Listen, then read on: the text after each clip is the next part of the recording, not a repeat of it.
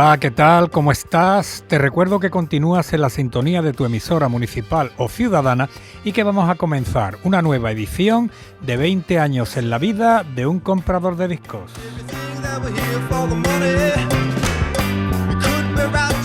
Como ya sabes, 20 años en la vida de un comprador de discos es un programa musical de la onda local de Andalucía que vamos a realizar para ti, Nuria González en la parte técnica y Manolo Álvarez, encantado como siempre, aquí al micrófono.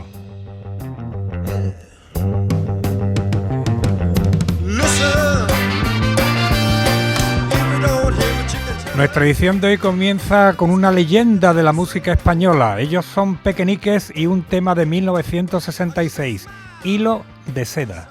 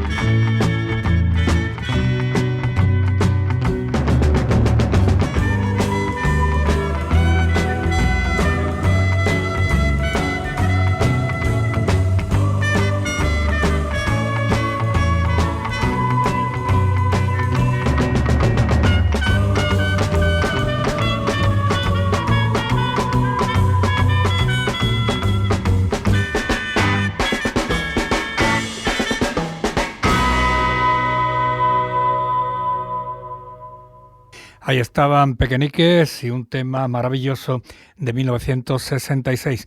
Con esa canción ellos cambiaban su línea musical. Inicialmente habían tenido cantantes, pero a partir del 66 serán un grupo instrumental.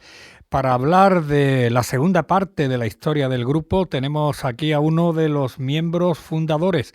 Todo un honor contar con la presencia de Lucas Sainz. Don Lucas, ¿qué tal? ¿Cómo estamos?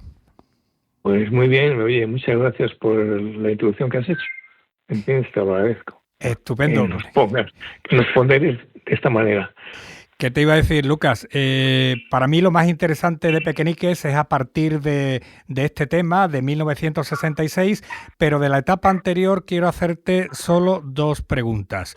La primera es, habiendo tenido 4 cantantes extraordinarios, Junior, Juan Pardo, el señor Barranco, Eddie Guzmán, ¿qué os decantó a seguir como grupo instrumental, Lucas?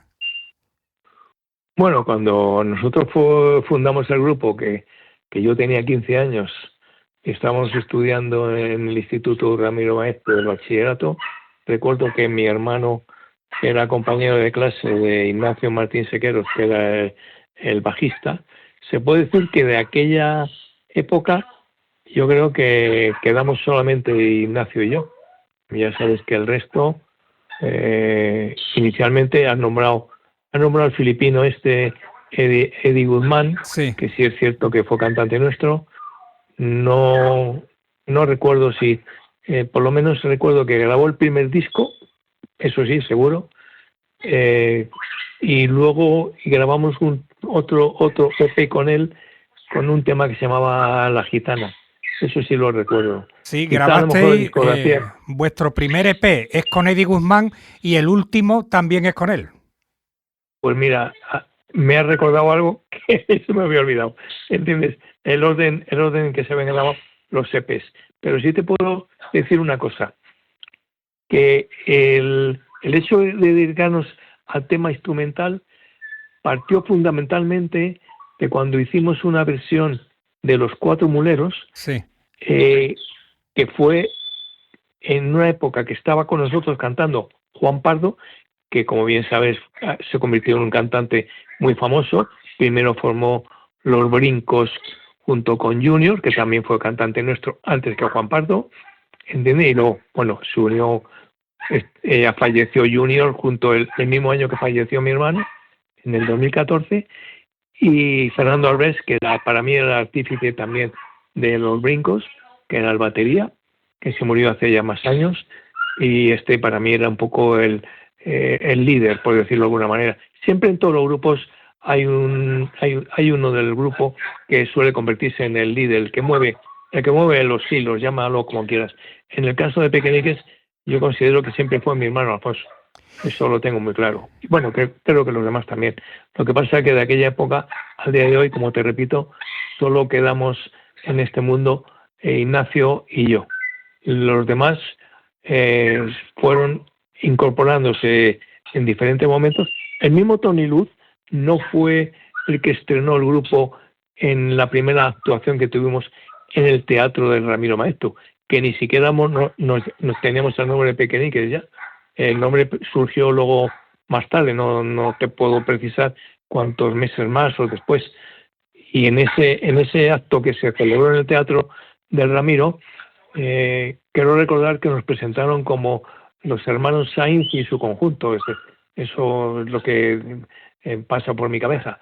Y ahí actuó con nosotros Eddie, filipino, un guitarrista que hacía guitarra rítmica, que se fue muy fugaz, porque enseguida vino con nosotros Tony Luz, que no estudió en Ramiro, había estudiado en Sagrada Familia, y estaba Ignacio, mi hermano Alfonso y yo, éramos 5. Ajá. Creo que ya te los he contado. Y ahí nació el grupo. Luego evolucionó con los cambios que hubo. No recuerdo en qué momento Eddie dejó de formar parte del grupo, era el batería, y entró también otro estudiante que tenía algún año más que nosotros, que era José Nieto, Pepe Nieto.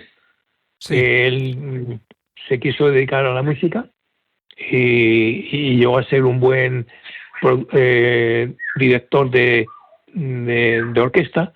Empezó tocando la batería y luego pues acabó la carrera de música y empezó a componer temas sobre todo para películas españolas. Yo me acuerdo haber visto, ir al cine, ver alguna película española donde ponía música por José Nieto. Yo sabía que era él, ¿entiendes? O sea que esto es un poco el inicio del grupo, por llamarlo claramente. Ahora, hazme tú la pregunta, porque si no, sí. me tienes que decir un poco. Muy bien, lo que quieres preguntarme. Sí, la segunda pregunta que quería hacerte de esa primera época tiene que ver con el día 2 de julio de 1965, que es el día en el que fuisteis teloneros de los Beatles en Madrid. Con la perspectiva que da el tiempo, ¿fue tan importante, Lucas? Pues mira, te voy a decir la verdad. El día que actuamos de teloneros, que evidentemente solamente vinieron los Beatles a tocar en las ventas a Madrid y al día siguiente se fueron a la Plaza de Toros de Barcelona. Allí quiero recordar que fueron los Sidex los que fueron teloneros con ellos. Y en ese momento, bueno, pues los Beatles ya eran famosos, evidentemente. Venían, quiero recordar, de su gira famosa por Estados Unidos y fueron contratados aquí en España por un representante que se llamaba, quiero recordar que Bermúdez, el que nos conseguía también algunas galas de las que tocábamos por Cataluña, por Andalucía, por todos los lados, y ese pues nos contrató a nosotros de telonero de los Beatles. Y sí que es cierto que yo le he dado más importancia por el paso del tiempo, porque te das cuenta que el haber sido telonero de un grupo tan famoso como los Beatles, pues no deja de ser para mí un orgullo. Entiéndeme, lo recuerdo, pues hombre, pocos músicos han sido teloneros de los Beatles, claro. Y sobre todo aquí en España. Pero Inclusive Lucas, hacían... ¿tú llegaste a saludar a alguno de ellos? Bueno, ninguno llegamos a saludar a ninguno. Ajá. Eso, que te diga lo contrario, no está diciendo la verdad. Estaban muy protegidos. En aquella época, ya sabes que en otros tiempos, cuando vinieron los Beatles a España, inmediatamente fueron protegidos. Ellos se instalaron en un hotel que hay ahí en la Plaza de Colón, sí, de Madrid. Nosotros les conocimos de pasada, por decirlo de alguna manera. Yo tenía muchísimo interés en escucharlos porque yo ya era un fan de ellos con los temas que habían ya sacado al mercado, pero no tuvimos ocasión de poderlos saludar, ni nosotros a ellos y menos ellos a nosotros. Ahora, para mí es un orgullo muy grande el haber sido telonero de ellos. Sí que es cierto que esto a lo mejor no sé si lo conoces, que 50 años más tarde se hizo un aniversario de la actuación de los Beatles aquí en Las Ventas. Sí, lo y conozco. lo organizó un productor, eso lo conocerás, ¿no? Sí. Eso fue otra cosa. Te puedo contar, si me preguntas, cómo fue eso. No tuvo nada que ver. Cuando vinieron los Beatles de verdad, teníamos un problema enorme, que es que no había los equipos de amplificación que se utilizan ahora en cualquier actuación al aire libre, en cualquier sitio del mundo, donde aparecen, que te decía yo, lo habrás visto en grandes imágenes que hay, donde aparecen 60.000 espectadores en un campo enorme y ahí se oye todo fantásticamente. Y esto es cuestión de meter vatios por todos los lados. En aquella época, no, eso no existía. Las actuaciones al aire libre a mí no me gustaba hacerlas, porque sabíamos que no se podía oír. Si estabas al aire libre, no existía los equipos de amplificación que hay ahora, y era muy difícil que el público se quedase feliz oyendo. Lo que pasa es que no había otra cosa y se conformaban con lo que oían. Claro. Eso es lo que yo pienso. Bueno, pues nos vamos a 1966, cuando publicáis Hilo de Seda, y lo primero que llama la atención de ese tema, Lucas, es que siendo tu hermano un saxofonista, saxotenor, si no me equivoco, el tema gira en torno a la trompeta. ¿Cómo se tomó esa decisión? Bueno, te voy a decir una cosa. Sí. Mi hermano, fundamentalmente, siempre le he considerado un gran compositor. Sí. Más que buen saxofonista. Quiere decir que de los instrumentistas que pertenecimos al grupo, y eso no engaño a nadie. Sí. Entiéndeme, mi hermano tocaba el saxo normalito, por decirlo de alguna manera. Muy bien. Yo creé un estilo propio, no quiero ser vanidoso ni muchísimo menos, pero sí, a mí la gente me recuerda con mi estilo propio tocando la guitarra. Entiendes que sí. Ignacio toca muy bien el bajo, pero yo a Ignacio, sin embargo, siempre he considerado que el instrumento que mejor toca e interpreta es la armónica. Sí. Lo toca de maravilla, ¿entiendes? De hecho, le he visto vídeos por ahí en YouTube que he ido haciendo temas, inclusive pequeñiques o temas nuevos, y no utiliza el bajo para hacerlo.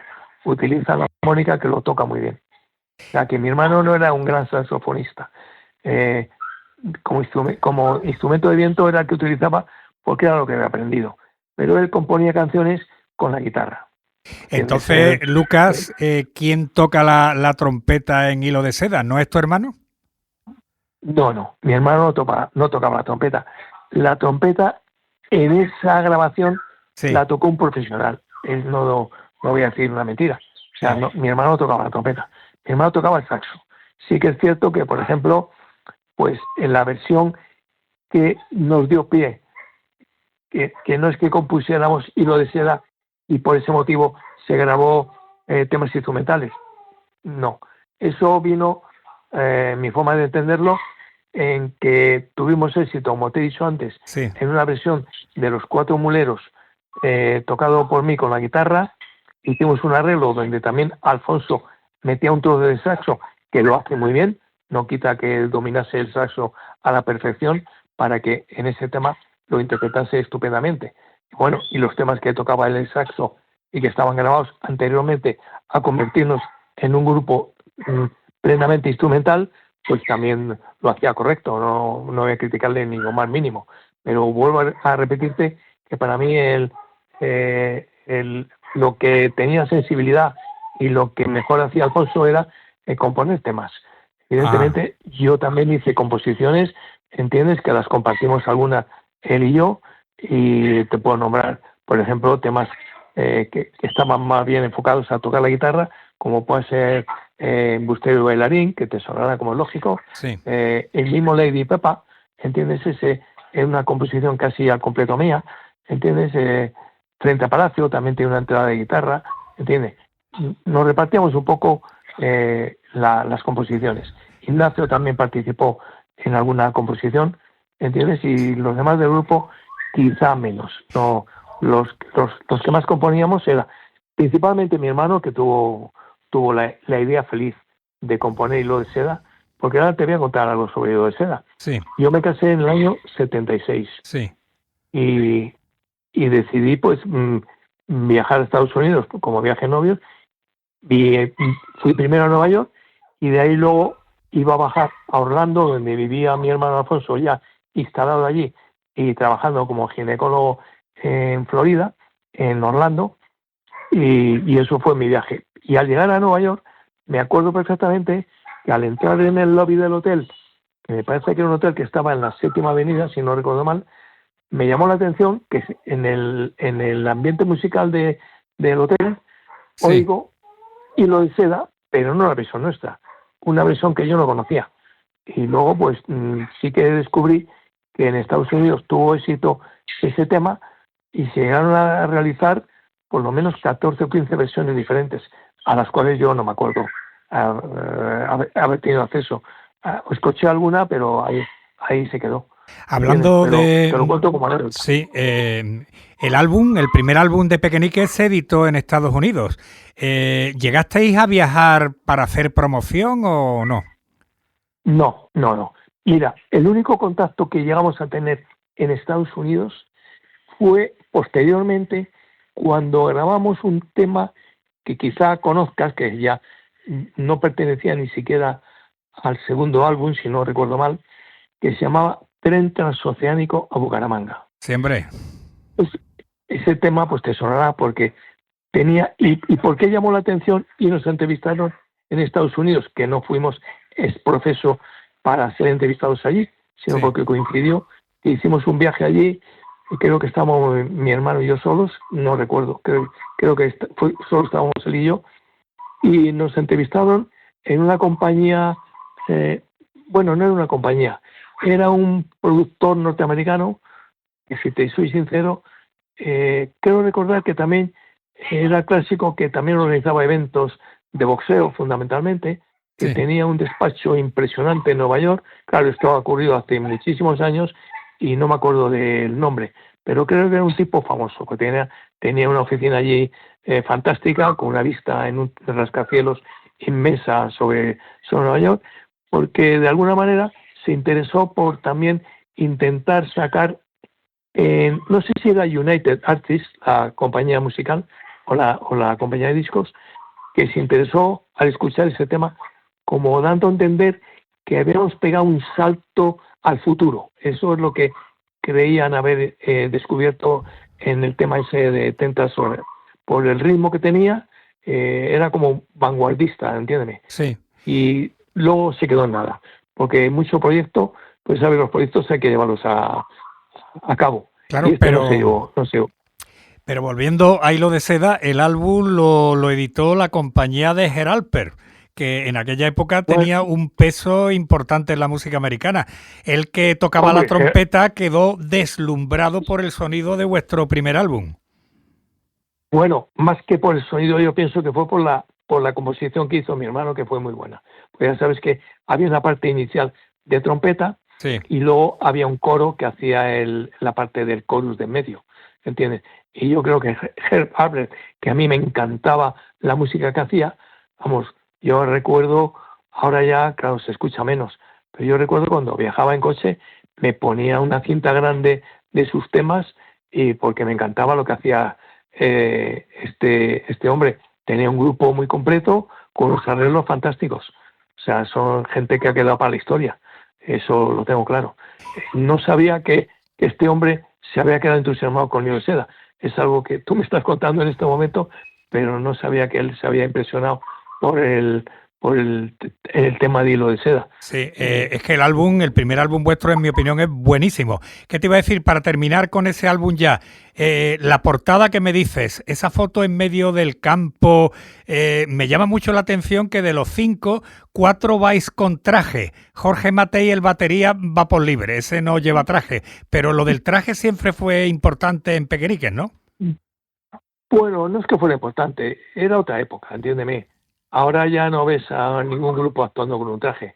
En aquella época nosotros éramos estudiantes y, bueno, por costumbre utilizábamos nuestro traje, el que fuera, y no nos poníamos como nos hubiéramos puesto ahora cuando se va a actuar, que se viste todo el mundo como quiere, y me parece muy bien. Al fin y al cabo, no tienes por qué estar, no vas a una fiesta, como digo yo, o a Claro, un cóctel, ¿entiendes? sí. Nosotros íbamos con traje, quizás no nos poníamos ni siquiera corbata, probablemente no me acuerdo, y llegamos a tener, eso sí es cierto, si tú miras las fotos de los EPs, en Sí, el que te digo yo de donde está el arreglo de Cuatro Muleros, con el que conseguimos el disco de oro por el número de ventas que tuvo, aparecemos con una especie de uniforme que nos hicimos todos. Eso fue recomendado por un también representante que tuvimos. Mira, el padre de la que ganó Eurovisión con el La La La, sí, con Maciel, sí, el padre de en Maciel. Emilio Santamaría, ¿puede Santa ser? María. Es Santa María. Sí, Sí, no me acordaba el nombre de Emilio. Eso me lo has recordado tú. Santa María era el papá del padre de Maciel. ¿Entiendes? Maciel era muy amiga nuestra, claro, evidentemente. Y su padre nos conseguía también, igual que nos consiguió Bermúdez, el que trajo los Beatles, pues contratación de... Esto normalmente era difícil que te llamasen directamente para contratarte un concierto o un evento, llámale como quieras. Siempre era a través de representantes y había varios representantes en el mercado y uno de ellos era Bermúdez y otro era Santa María. Y este es el que nos cogió, yo creo que quiso ser en exclusiva que trabajásemos con él y nos pidió que nos hiciéramos un uniforme. Bueno, tampoco fue nada, nada, nada importante porque realmente yo creo que el uniforme lo utilizamos en algún concierto porque tengo fotos evidentemente en blanco y negro donde se nos ve con el uniforme ese que nos hicimos todos, pero no continuamos con ello realmente. y Ya cada uno se vestía como pedía. para terminar con el álbum, esa foto en medio del campo con una fábrica al fondo y tal, Pues eso... mira, esa foto fue una idea de la casa de discos que nos pidió que se tenía que hacer una foto y nos pusimos a las órdenes pues del que llevaba ese tema en Hispavox, que era la casa de discos nuestra. Venía el fotógrafo, vendría también a alguien que debía ser que debe ser especialista en hacer una portada y se le ocurrió la idea, no fue idea nuestra, de ponernos ahí en el campo, como tú bien dices, y cada uno vestido, pues tú, porque me lo has dicho, ahora nunca me había fijado que Jorge Matei efectivamente no llevaba traje. Te digo la verdad, se nos ve pequeños en el álbum porque la foto verás que la imagen nuestra es más bien pequeña, no se nos distingue a todos como ya luego el segundo álbum fue un álbum con una portada mucho más llena de fotos diferentes, donde se nos ve en varias... son trozos de fotos, como tú bien sabes, Sí, lo que tengo lo aquí. conocerás el segundo álbum, lo tienes delante de ti, y entonces ahí hay una mezcla de fotos, y ahí ya es cuando se había incorporado como batería nuestro el actual que sigue con Ignacio, que se llama Félix Arribas. Sí, y también metéis dos instrumentistas, Vicente Gasca, Bueno, trompeta, y entra Pedro Luis García Vega, que era trompeta, es flauta y trombón, ¿no? efectivamente, este Vicente Gasca, ese creo que pertenecía a la banda municipal de Madrid, sí, o llegó a pertenecer posteriormente. Ya esto no te lo puedo precisar. Y este Luis García Vega es el que, junto con mi hermano y conmigo, el único que acabó sus estudios. Porque tanto mi hermano como yo, como bien sabes, mantuvimos, gracias a mi padre, que le consideré siempre una persona muy sensata, porque dijo, esto de la música está muy bien, estáis ganando dinero. Yo me acuerdo que lo primero que hice cuando tuve suficiente dinero, me compré un coche, y era mi ilusión tener un coche, y mi hermano, pues no sé, cada uno se gastaría el dinero en lo que quisiera, pero sí que nos dijo una frase que creo que tenía absolutamente toda razón. Esto está muy bien ahora mantenerse ahí arriba es un tema muy difícil y muy complicado, donde lo consiguen unos pocos. Y esto, pues tú mismo, pues habrás visto artistas que han sacado un disco o dos y después desaparecen. Y eso se suele dar muy a menudo. El mantenerse arriba o convertirse en un Julio Iglesias, que por cierto, muy amigo nuestro, porque esto te lo cuento ya como porque es algo totalmente auténtico. El papá de Julio Iglesias, el famoso Papucci, Sí. era íntimo amigo de mi padre. Ajá. Y de ahí venía la amistad con Julio hijo. De hecho, Julio ya sabes que empezó también jugando al fútbol. Eso, toda la historia de Julio Iglesias, se la conoce todo el mundo muy bien, porque un cantante con éxito mundial. Y ahora si quieres te puedo contar una anécdota importante de cuando ganó él el Festival de Benidorm con La vida sigue igual. Sí. Esto no sé si te lo ha contado alguien. Esto que te voy a contar es totalmente cierto. Si quieres te lo cuento ahora, no sé cómo Sí, quieras. venga, dime. Pues mira, tú sabes que Julio Iglesias, yo ya le conocía debido a que su padre venía a mi casa, vamos, a casa de mi padre, que era donde yo estaba todavía, era un chaval, y ahí le conocí. Y yo ya sabía que a Julio Iglesias le gustaba cantar, había compuesto alguna canción. Quiero recordar que me enseñó la misma esta de La vida sigue igual y algún tema más que había compuesto porque le gustaba la música. No le consideraba en ese momento ningún super cantante porque yo creo que no lo era. Esto está claro. Eh, se puede tocar la guitarra bien al principio, no la sabes tocar bien, tienes que ensayarla. Pues yo creo que el tema de la voz pues es lo mismo.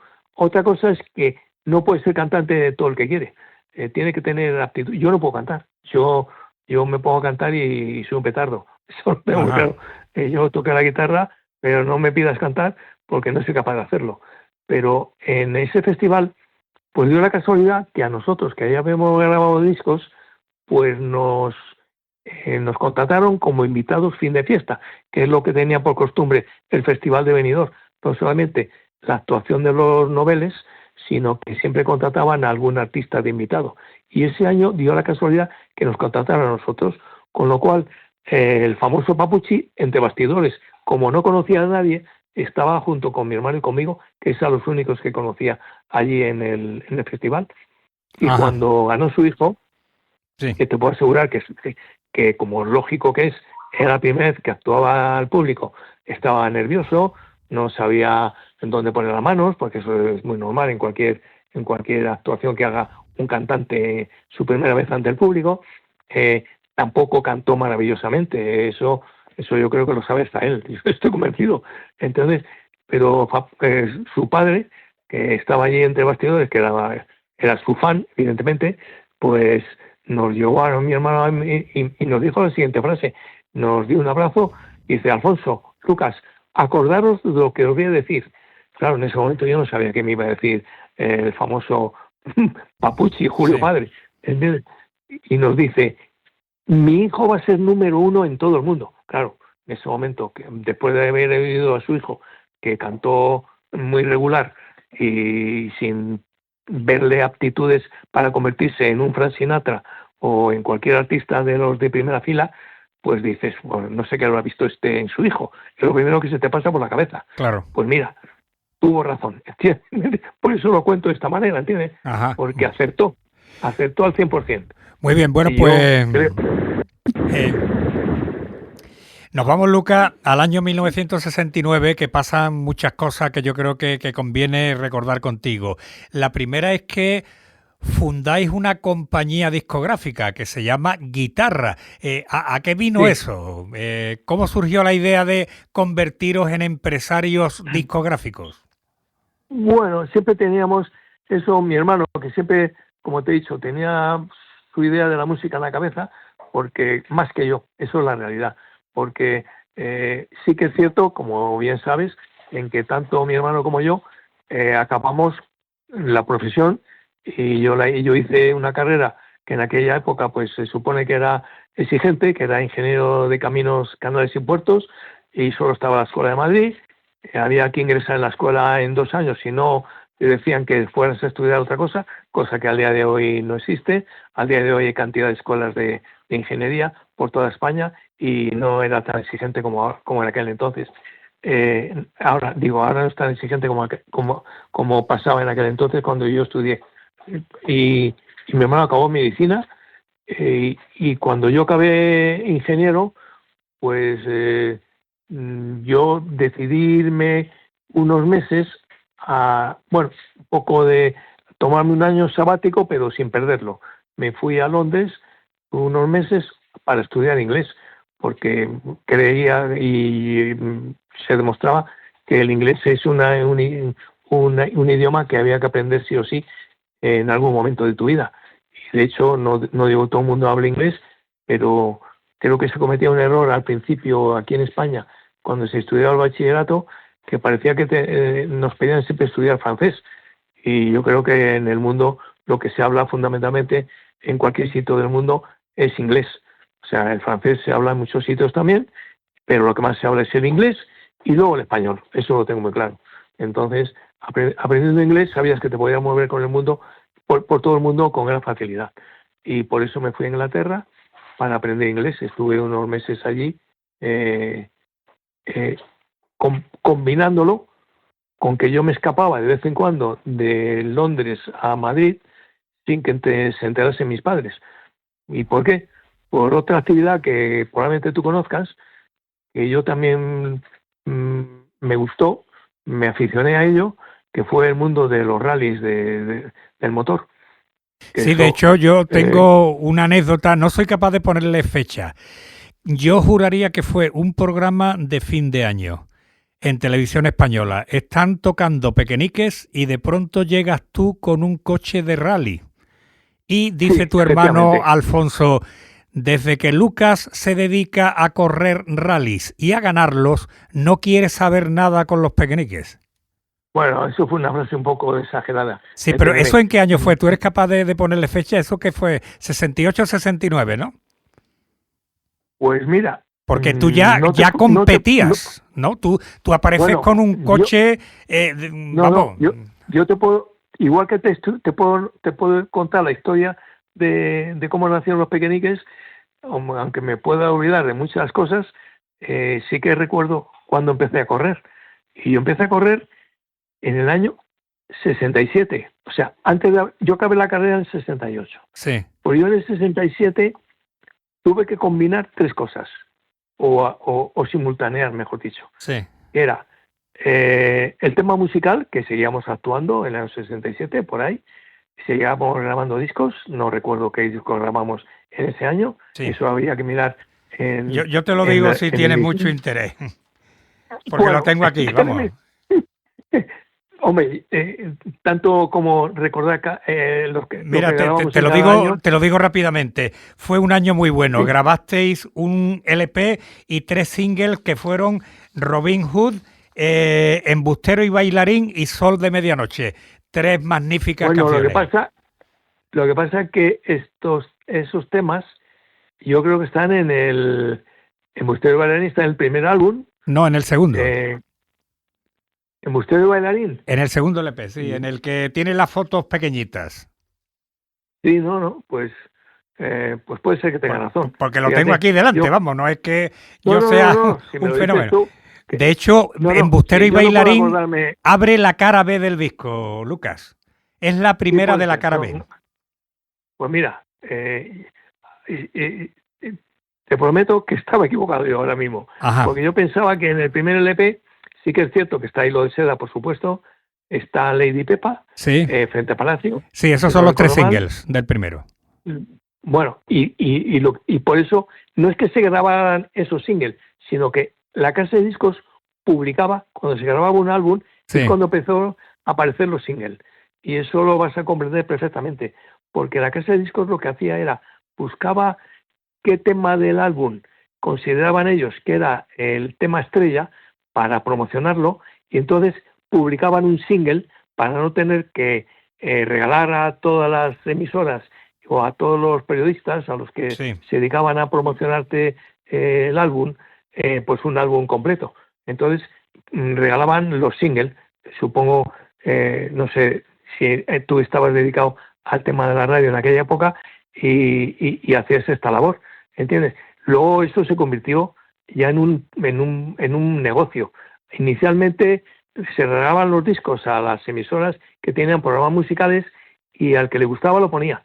Luego ya se empezó a cotizar, en el sentido de que no te lo ponían si no cobraban una cantidad para hacer la promoción. O sea, que todo se ha monetizado de alguna manera. Claro. Eso inicialmente no ocurría.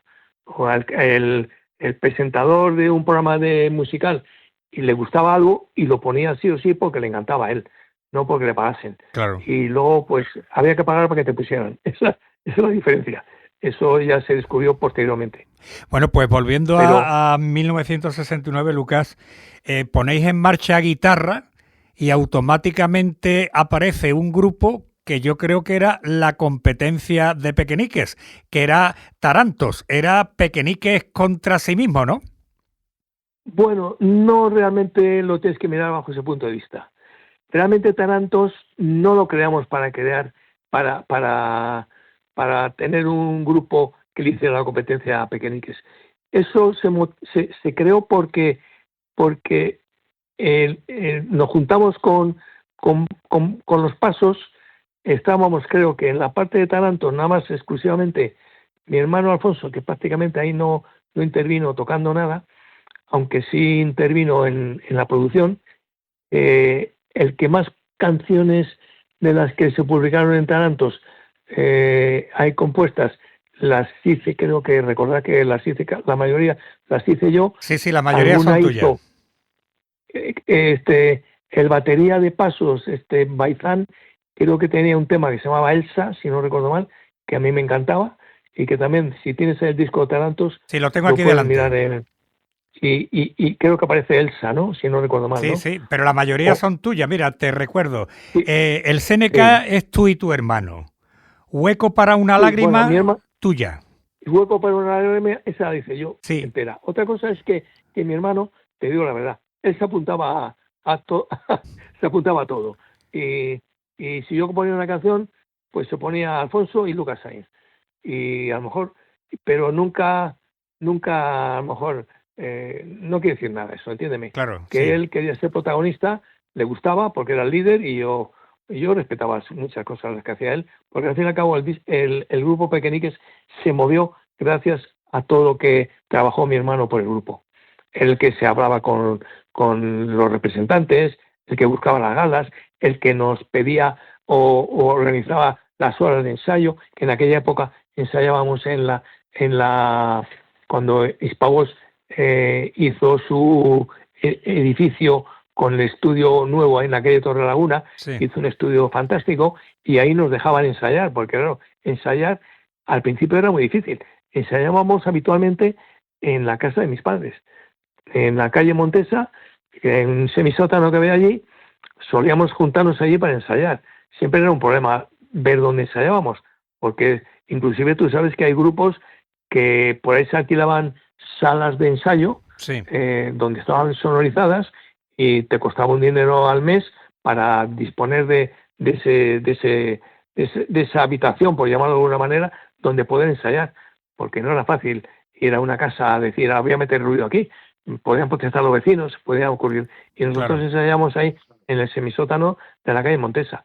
Nunca alquilamos ningún local. Tuvimos la suerte de que Hispavox nos dejaba el estudio inmenso que tenía allí y ahí nos juntamos y solíamos ir por la noche a hacerlo.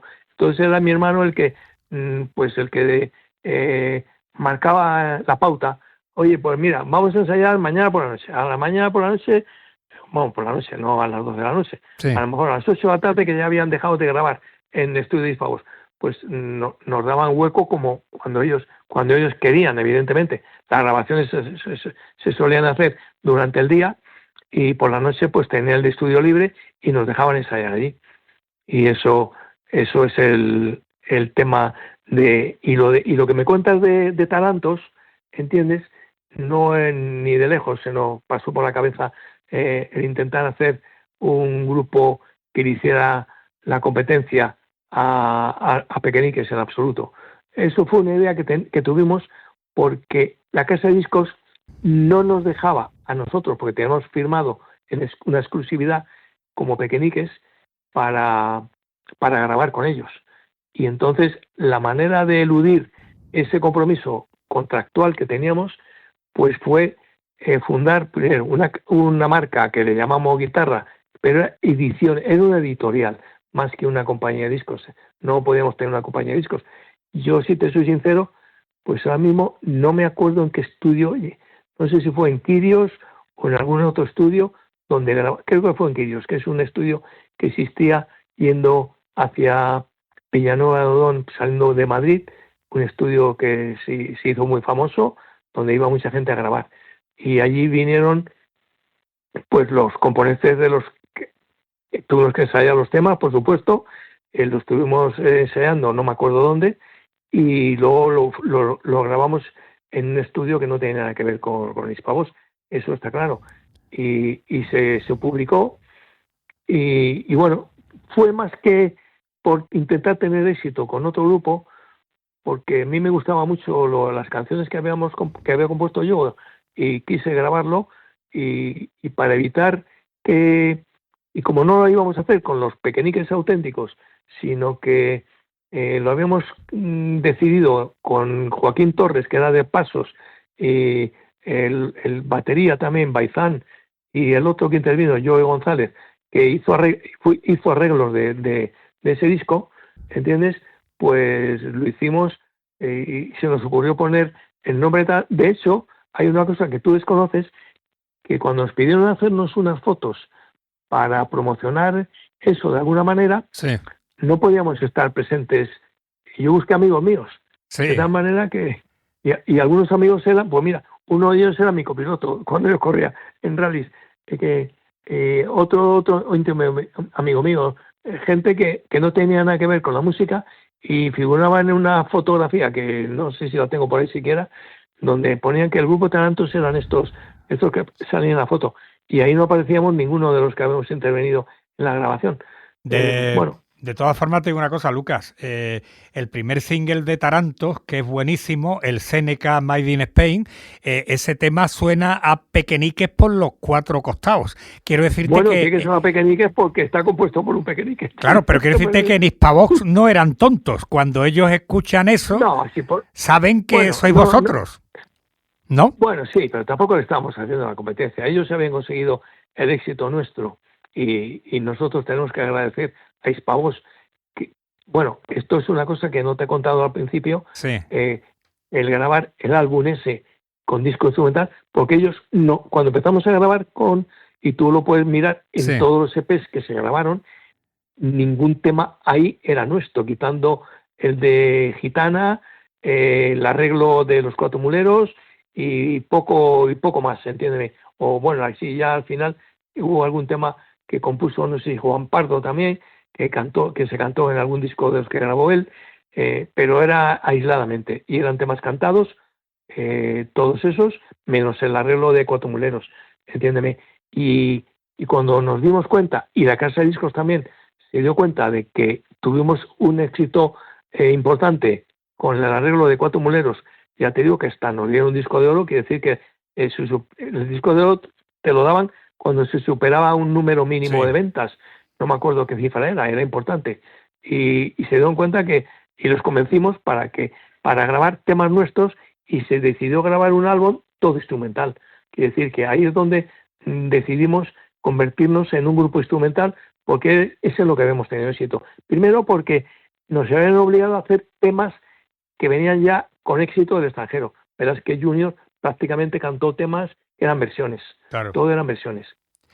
Y claro, nosotros queríamos tener nuestra propia personalidad, no seguir grabando versiones, que así no se ha hecho famoso nadie. Claro. O sea, tú puedes ser muy buen instrumentista y te pones a tocar versiones de lo que tú quieras, de todo el mundo, y con eso pues te podrán contratar en alguna gala por ahí porque tocas muy bien y a la gente le gusta escuchar temas conocidos, pero de ahí a grabar un disco y hacerte famoso es imposible. Tienes que ser creando tu propia personalidad y grabando temas inéditos que no los conozca nadie. No verás que Julio Iglesias se hizo famoso grabando versiones de otros. Claro. Se hizo famoso con sus propios temas, igual que cualquier cantante que busques por ahí en el mundo de la música. Todos serán famosos por sus temas. ¿Entiendes? Uno puede hacer versiones, como hizo, por ejemplo, la voz de Frank Sinatra. Claro, es que Frank Sinatra era un tipo que difícilmente repetible, su voz. ¿Entiendes? Él podía hacer versiones de lo que le diera la gana. Pero cuando alguien se hacía famoso cantando, cualquier artista norteamericano que se le pase por la cabeza, o de inglés, o de todo el mundo, siempre eran con canciones suyas. Claro. Inicialmente. Otra cosa es que una vez que te haces famoso, te permitas el lujo de hacer toda la versión que quieras, Claro. porque ya eres famoso y te van a comprar igual. Bueno, pues Lucas, nos vamos al último álbum de Pequeñiques en Hispavox, año 1971, un título muy curioso, Sus seguros servidores que estrechan su mano, y lo que llama la atención es que de los 8 músicos que aparecen en la contraportada, solo hay 3, vamos a decir, de la formación clásica. Estás tú, está Tony Luz y está Pedro García Vega. Los otros 5 son nuevos. ¿Dónde estaba tu hermano? ¿Qué había pasado, Lucas? Bueno, vamos a ver. Cuando mi hermano acaba la carrera, igual que yo, cuando acabo la carrera me voy unos meses a Londres, vino un guitarrista para sustituirme a mí, muy buen guitarrista, más mallorquín, que toca muy bien la guitarra, se ha dedicado a la música, ¿entiendes? Creo que ahora con Ignacio está haciendo temas con la armónica y en la guitarra, que hacen cosas muy bonitas, ¿entiendes? Y es su profesión, la música. Es lo que quisieron hacer todos los que formaron al principio el grupo, menos mi hermano y yo, y Luis García Vega, que él también vio muy claro que lo que tenía que hacer era acabar su carrera, que se hizo ingeniero aeronáutico, y luego tuvo una empresa relacionada con temas de, no sé si helicópteros. Le perdí la pista, eso es la verdad. Era de una ciudad cerca de Valladolid, y le perdí la pista. Sí que es cierto que un hijo suyo, hace pocos años, han nombrado antes que uno de nuestros cantantes fue Pepa Barranco. Sí. Pepa Barranco, para mí es uno de los legendarios, que ya falleció el hombre hace no sé, el tiempo vuela, como dice un tema que grabamos, que tú conoces perfectamente, ¿entiendes? Y es así, es la verdad. Y ya no sé si han pasado 4 o 5 años por lo menos en que falleció Pepe. Pepe era un tipo muy peculiar, era mayor que nosotros. Él se inició con un grupo musical que ya se había formado en Madrid antes que nosotros. Sí, los estudiantes. Sí. No sé si llegaste a conocer a este grupo. Sí. Bueno, pues él formó el grupo de los estudiantes junto con precisamente el batería que luego fue el fundador de Brincos. Sí, con Fernando Arbex. Era Fernando Arbex. Exactamente. Había otro hermano de Fernando Arbex. Sí. Sí, Fernando Arbex, efectivamente.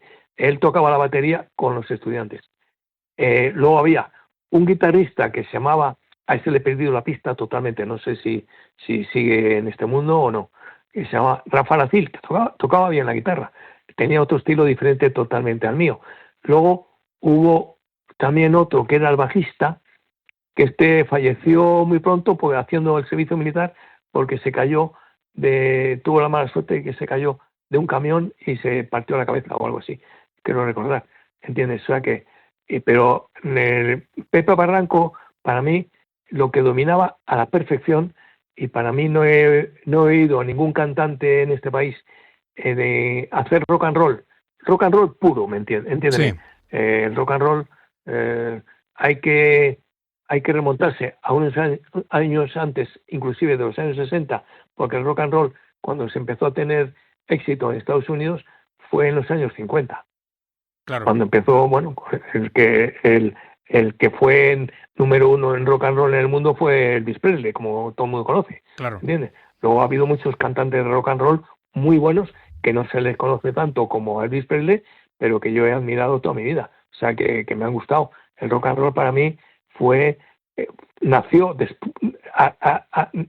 en las raíces del rock and roll, viene del blues de la raza negra de Estados Unidos. Claro. Eso, si miras la armonía que tiene un rock and roll, pues es muy parecida a la de un blues. Lo que pasa es que llevaba un ritmo, el blues más pausado, ¿entiendes? Más lento, ¿entiendes? Pero el rock and roll ya rompió los esquemas. Y la década de los años 60 ya sí, que por eso se le llama, supongo que lo habrás oído muchas veces, la década prodigiosa. Claro. ¿Qué te iba a decir? Perdona, 60, Lucas. Por lo menos la titulan así. ¿Por qué? Sí. Perdona, Lucas, Sí. te decía que me dicen que Cuéntame. que se nos acaba el tiempo, que tenemos que cortar. Lo siento muchísimo, es una conversación interesantísima, pero ya me hacen señas del control que tenemos que cortar. Bueno, pues Lucas, un placer haber tenido tu compañía. Sí, no, porque nos hemos enrollado con muchas cosas y nada, un placer para vosotros, para mí, ¿entiendes? A el que me haya llamado, porque siempre a mí me agrada recordar la época, que siempre tiene una nostalgia de aquellos momentos, ¿no? ¿Me entiendes? Sí, Tanto en el mundo musical como en el mundo de los rallies, que esto no hemos hablado nada de ello, pero que sí, yo fui piloto oficial de Fast Renault y llegué a ganar el campeonato de España de rallies con un Alpine. O sea que ese es el que viste tú en la televisión. Exactamente. Bueno, pues Lucas, modelo Renault que era famoso en aquella época. Ahí viene ya mi sintonía de despedida. Lo dicho, un placer haberte tenido aquí y hasta la próxima, don Lucas. Un abrazo. Hasta siempre, Lucas. Cuando quieras. Ahora únicamente decirte 10 segundos. Sí. Ahora estoy sacando todas las maquetas de todas las canciones que he ido grabando que jamás se han publicado y las estoy arreglando ahora porque ahora es mucho más fácil hacerlo y estoy publicándolas. Estoy haciéndolo en Facebook, estoy empezándolo a hacer. Ajá, pues nada, estaremos en YouTube. Estoy creando temas que nunca han salido a la luz y pienso, pues no sé, sobre todo entretenerme, no pretendo ganar dinero con esto, para que quede para mis nietos, entiéndeme que tengo ya 6. De acuerdo, bueno, pues nada, don Lucas, hasta la próxima. Bueno, pues muchas gracias a vosotros. Un abrazo, adiós.